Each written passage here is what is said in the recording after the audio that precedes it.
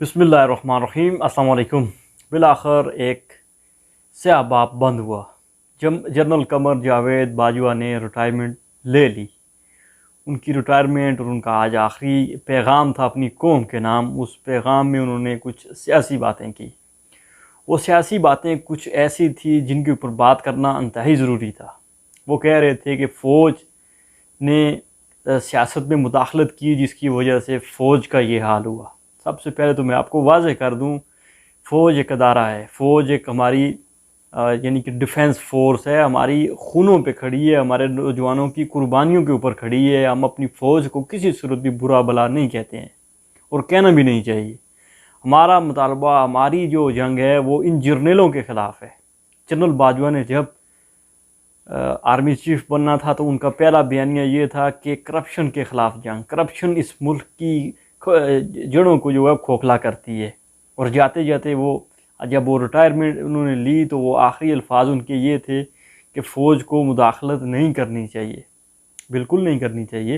लेकिन फ़ौज ने मुदाखलत नहीं की। फ़ौज का काम था, वो अपना काम कर रही थी। इन जर्नलों ने मुदाखलत की।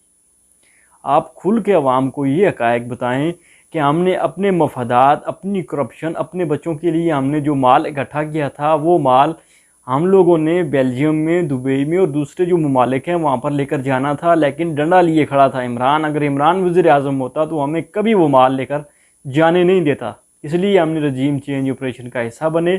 इस हिस्सा बनने के बाद हमने अपना अपना माल ठिकाने लगा दिया। दूसरी बात आपने की कि अमन व अमान के लिए फ़ौज का बड़ा किरदार है। इस बात में कोई शक नहीं है कि फ़ौज ने अमन व अमान के लिए बहुत सी कुर्बानियाँ दी हैं। लेकिन कुर्बानियाँ देने वाले कौन लोग हैं? कुर्बानियाँ देने वाले वो सिपाही, वो हमारे भाई, वो हमारे दोस्त जो हम में से ही हैं, अवाम में से ही हैं। किसी जर्नल की एक कुर्बानी मुझे बताएं। जनरल परवेज़ मुशर्रफ की लगाई हुई है आग, किसने नफ़रत की आग लगाई थी? जर्नलों ने लगाई। उस जो पाकिस्तान में दो ऑपरेशन हुए हैं, एक ऑपरेशन ज़रब अज़ब, एक ऑपरेशन रद्दुल फसाद, दो ऑपरेशन। इन दो ऑपरेशन की तफसीलात कौम को बताई जाएं कि इन पे कितना ख़र्च हुआ है, कितने दहशतगर्द मारे गए हैं और कितने हमारे फ़ौजी जवान जो है इसमें शहीद हुए हैं। नहीं बताएंगे कभी भी। और दूसरा इन्होंने बात की कि हमने बॉर्डर एरिए को सेव कर दिया है। कायद-ए-आज़म ने जाते जाते ये कहा था, कायदे मोहतरम ने कहा था कि सरहदी इलाके को आपने नहीं छेड़ना। सरहद के लोग हैं, ये जो आपके मुहाफ़िज़ हैं, इनके साथ अच्छे ताल्लुकात बनाए रखना। लेकिन आपने क्या किया? आपने सरहदी इलाकों में ऑपरेशन किए। सरहदी लोगों को आपने अपने मुखालिफ कर दिया। सरहदी में उसको कह रहा हूँ, खैबर पख्तूनख्वा के वो कबायली इलाके जिन्होंने कच्ची बंदूकों के साथ जंगें लड़ी और आज़ाद कश्मीर, आज जो हमारी एक रियासत है, उसको पाकिस्तान का हिस्सा बनाया।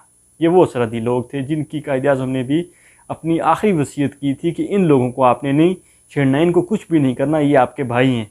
लेकिन उसी के बरक्स आपने अमेरिका के कहने पे उन कबाइल्स के ख़िलाफ़ ऑपरेशन किया, उन बलोचों को मारा, उनको मिसिंग पर्सन में डाला। वो अपने बुनियादी हकूक़ की बात कर रहे थे।